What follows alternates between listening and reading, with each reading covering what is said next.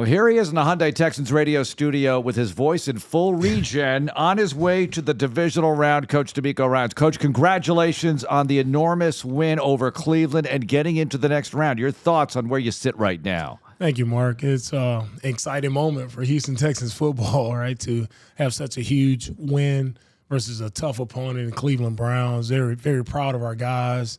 For them, I talked about it last week, but hopefully our guys come with that same focus. I felt it last Tuesday how locked in our guys were, how on it they would be throughout the entire week. And when you feel your team, you feel like that laser focus, you feel them being locked in, it gives you that sense of confidence as a coach. It's like, all right, no matter what we call, right, they're ready for it, they're up for the moment, they're up for the challenge, and we need the same thing again this week. Coach, I don't mean this in a way of, oh, your guys wanted revenge or anything like that, but how much of the focus do you think was there because of how Christmas Eve Day went against them the first time? Yeah, I know that played a huge part in being locked in, right? Anytime you feel like, not that they embarrassed us, I told the guys it's almost like we embarrassed ourselves in a sense because, I feel like we didn't show up. I told the guys, I felt like we were more so too focused on Christmas as opposed to being ready for the game and prepare for the opportunity that we had to kind of seal our fate and get that playoff spot locked up a lot sooner, right, than the last game of the season. So that does play a part in like being a little focused. Sometimes it takes that failure. Sometimes it takes, right, getting punched in the mouth to kind of wake up for a second and see like, oh, I have to make sure I'm on my P's and Q's so the embarrassment doesn't happen again. Coach, it seemed like for a time this season you weren't stringing together the games the way you really wanted to. Maybe you had a win and then maybe a game you didn't like and then another win. So it was a little bit inconsistent, but now you've won 3 in a row, head into the divisional round. What's the difference here? What are you seeing out of your team overall, week-to-week prep and then execution throughout the game? For sure, it starts with the prep, and what I'm seeing is consistent prep, right? It's consistent prep. It's not we're not a team that's surprised that we're kind of here. It's or happy that it's consistent. Everybody is working the same way with the same intent, the same detail each week, and that's what I've seen these past couple weeks. And that way nobody's getting too high. Like, oh, we're here. Like, no, we've been talking about this for a while. It's like we're not just here just along for the ride and just happy that the Texans are in the playoffs and now we're just supposed to be happy that we won our first game. Like, no, the ultimate goal as everybody who suits up in the NFL is to accomplish, win it all, right? And our guys understand that focus. You don't get there just by talking about it. You get there by working at it diligently throughout the week, being on it in the games. Like when you line up in the games, just executing, not making a moment bigger than what it is, but just playing good football. And just, I think I always try to pull our guys' focus back to that. Like no matter how many TV crews are around, no matter how many interviews you're doing, like what happens when the ball is snapped? It comes back to just playing fundamentals, technique, playing really clean football. And if you do that consistently for 4 quarters, we'll be where we want to be.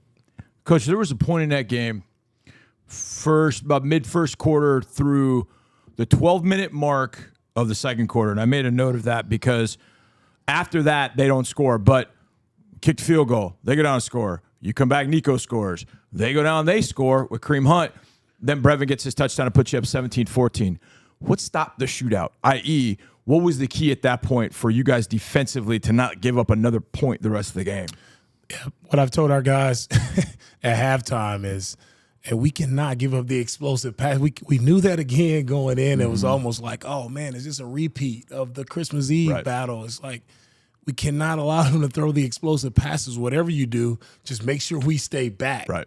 Make sure we stay back. Make sure we're on top of the receivers and make sure we force the ball to the checkdowns as much as possible. I don't care if they throw. I want them to throw it to the checkdown every single time. And I think when we were able to stay back and they forced that and guys were able to see like, okay, right, can they methodically just drive down the field on us? No. The only way they can get down the field is if they create some type of chunk play. And when we stopped the chunk plays and guys were dialed in on eliminating the chunk play. Right now, we were able to really get after them. And the biggest thing were the third down stops. Right, getting off on third down, getting the pressure on Flacco, making him fluster, making him throw some bad passes at times. I think that was the key.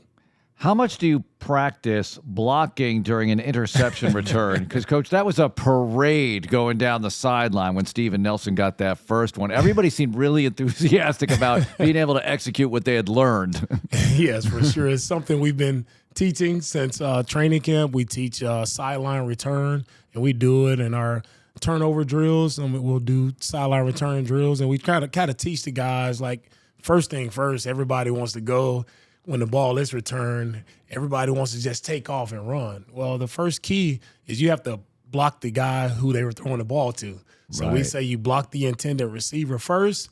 I think Desmond was able to get the intended receiver, right? And then if you got the ball, make sure you get to the nearest sideline and get down the numbers. And we call it near sideline return. Everybody blocks. Make sure you block high and in front. So we had the guys running down the sideline, and Cashman starts with the big block on the offensive lineman. He takes him out, and then Stingley finishes with a great block. I think it was on a running back who showed up, and Stingley was able to get a block on him. And that was the cleanest. I was telling the coaches, that's the teach tape right there. That's the teach tape for how you get a sideline return. That was perfect. And, Coach, along those lines, I know from our angle, you're not able to see this, but on the TV copy, they showed from, I don't know, kind of from this angle over here where they were shooting kind of down our sideline. Mm-hmm. There's a madman in a red shirt running with Nelson. I mean, he's flying. But besides him, which is you, I saw the offensive guys jumping off the bench. Like Nico's running just outside of you to go like meet Nelson. And it felt like it was that perfect moment of this team, of what it's been about. Offense happy for defense, defense happy for special teams, everybody kind of happy for each other's success. I don't know if you had a chance to see that, but did you kind of sense that when that play happened, everybody just running on the field and getting excited about what just happened? Yeah, I didn't see it until after, because as you said, the madman was running as well. You were focused. So, I was almost in the end zone myself. But after seeing them, now I realize it, like I'm trying to get guys off because the clock has started. So now I'm trying to get guys off the field so we can kick the field goal. And I look up, and it's Nico, it's Brevin, it's all of the offensive guys, all right, reserve guys out on the field. Everybody's just celebrating that moment with Nelson, and that's cool. That's the team. That's the enthusiasm that I love to see from our team, and that's that defining moment of, man, everybody is truly happy for the success of their teammate. Unselfish play by everyone, but we're truly thrilled, excited for our guys when they make plays. You're not a madman, but in that moment. But you were running like you were chasing a running back in the day, that's for sure. Coach, Christian gets the next one, the next pick six. And I know you've answered some questions about him.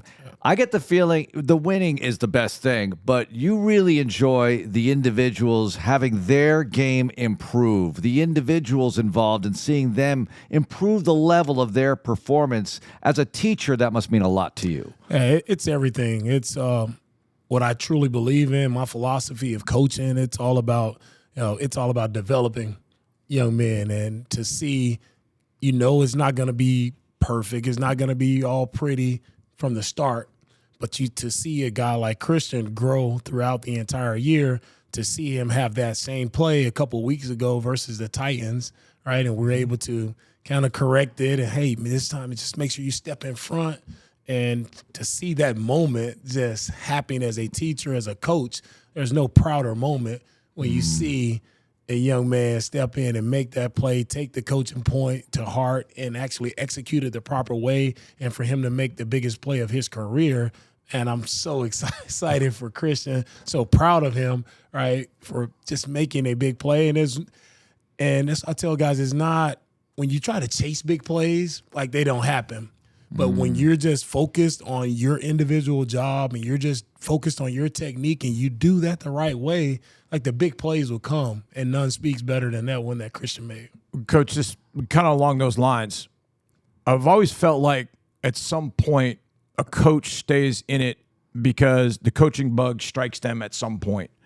Did you have a moment as a younger coach when something like that happened where you taught a guy a technique and you see him have success and you're like, yo, I love seeing that happen? Is that kind of the way it maybe happened for you? Did the coaching bug strike when you had kind of a teaching lesson you gave to a player and he was successful because of it?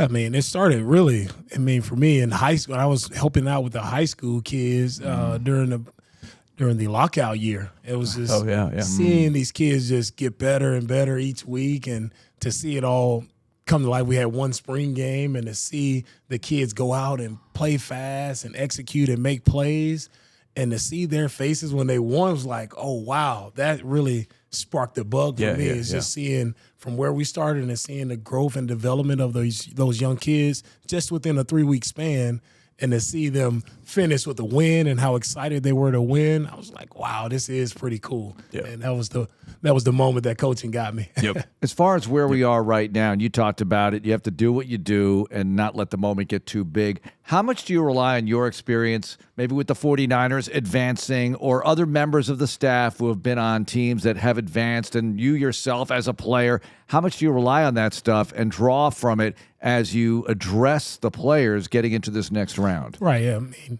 being with the Niners past couple of years and having that experience of going, couple NFC championships games, Super Bowl.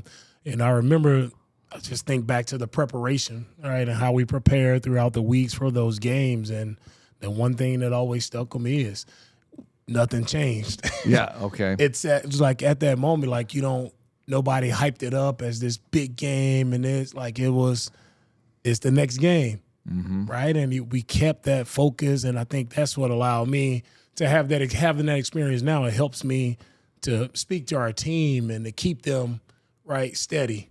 Yeah. Even though we have a lot of young guys, I don't want our guys getting too amped up for a game just because, the weight of this game means this. No, just stay focused on your execution, because I know that's what wins. And I know when it didn't happen, when I lost games in the playoffs, I know what happened in those games. It wasn't guys thinking about that moment or trying to make plays in that moment, but they just didn't execute when we should have, or, man, we worked on this particular play and we're not where we're supposed to be, or the receiver didn't run the particular route that he should have ran. It was just that's what happened in those games, and that's what causes you to lose those games. This is when guys lose focus, guys lose sight of executing the job the proper way. That's what loses those games. We've kind of gone through this a little bit, Coach. The fact that after we beat Indy on Saturday, we had to sit on Sunday and wait. But we got an answer pretty clearly, like, okay, game is over at 3:30. We know we're playing the Browns, know what's going to happen. As of the time of this recording, we don't know. It could be one team, it could be the other. How is that kind of changing preparation or impacting preparation for this week? Yeah, it's impacting preparation pretty big time. This is a new space for me, because right now in this moment we would be already on our opponent. We know we're playing, we're preparing. And now we kind of sit in limbo because we have Ravens and Kansas City. So you're kind of trying to prepare for both, right? Try to spend most of our time yesterday focusing on the Ravens, and now we're trying to pivot today to get a look at the Kansas City Chiefs. And so we still won't know until later this afternoon. But I told guys we'll still have time, right? I think offensively, defense, special teams, the staffs are all dialed in to both teams as best as we can to have a first look, I would say, and then we'll get deeper into preparations later this evening. So this will be a late night for coaches, but they don't mind it. Yeah. Well, the quarterbacks are different, but they're both awesome. Yeah. And Lamar Jackson and Patrick Mahomes. Mahomes does run more than a lot of people think, because he will make plays with his legs. He was doing it last year at a bad ankle. Right. Lamar Jackson, we all know that he can do it, but they both throw the ball extremely well as well. But that mobility aspect, Joe Flacco, you didn't really face it with him, but you face it with these guys, either one you face. For sure, no matter which opponent we face, both two dynamic quarterbacks who are very similar in that regard, Mark, that they find a way to keep plays alive. Yeah. And all of the off-schedule plays is where both quarterbacks have kind of, made the name for themselves in their career, right? They're scrambling around and they chunk a deep one over your head. It's like, man, I already see it in both guys. It's like, I know what my message is to both, like, guys, make sure we're on it in coverage. You're going to have to cover them twice, plaster, stick to your coverage. And then the rush factor, like D-line, we need you. Some extra guys, we may need you as well, but we're going to have to get as much pressure on both guys as possible to kind of speed up their process. Now, one of the things I love, Coach, as a sideline reporter, is the fact that the last 4 games, my math is correct, maybe the last 5 have been inside. That's very nice for a sideline reporter with all the equipment and everything. I don't have to get wet. But now we got to go outside no matter what. Baltimore, Kansas City, you got to go outside, as does the team. And it looks like it's going to be a little bit chillier than it is in Houston. But we've got some chilly weather here. How does that help in kind of preparation for the weather aspect of things? Yeah, I think with our weather here in Houston this week being cold, I think it helps a lot. Now I guess you can get used to it a little bit, having to prepare throughout the week. So, man, we're fortunate that we do have, unseasonably cold weather here in Houston, and we can go out and prepare, and our guys can see, a glimpse of what it will feel like. It'll be much colder, whether we're in Baltimore or Kansas City, it'll be much colder. But for those 3.5 hours, tell guy, lock in. It doesn't matter. Right? You got to lock in, right? What's ahead of us, what's on the other side. Yep. Right, of winning this game. Like, that's all that matters. If your focus is on that, then you can minimize, how cold you'll be in that moment. Yep. Well, last week was no picnic either for Houston anyway. You were practicing outside, getting ready for an indoor game. And the wind, Coach, I think the wind has got to be a big factor. When the Texans with you played at Green Bay at 08, really cold, single digits. But Schaub and the guys talked about, hey, it wasn't windy. They threw for over 400 yards in that game. That's it. The wind is a huge factor. It's one thing of being cold, but the wind, and when you can't really throw the football, like that's where it will struggle, and that's where it can cause some issues. So hopefully the wind isn't up too high, so we can allow CJ to spin it a little bit. Coach, I know it's hard when you're in the moment and you're coaching, you're calling ball plays, and you're scoring touchdowns, and you're trying to get guys. But you're in the coaching moment no matter what. Was there any point on Saturday where you were able to kind of say, dang, man, that's pretty cool? I mean, the crowd showed up, was loud. Was there any kind of moment when you looked around and went, dang, this is cool?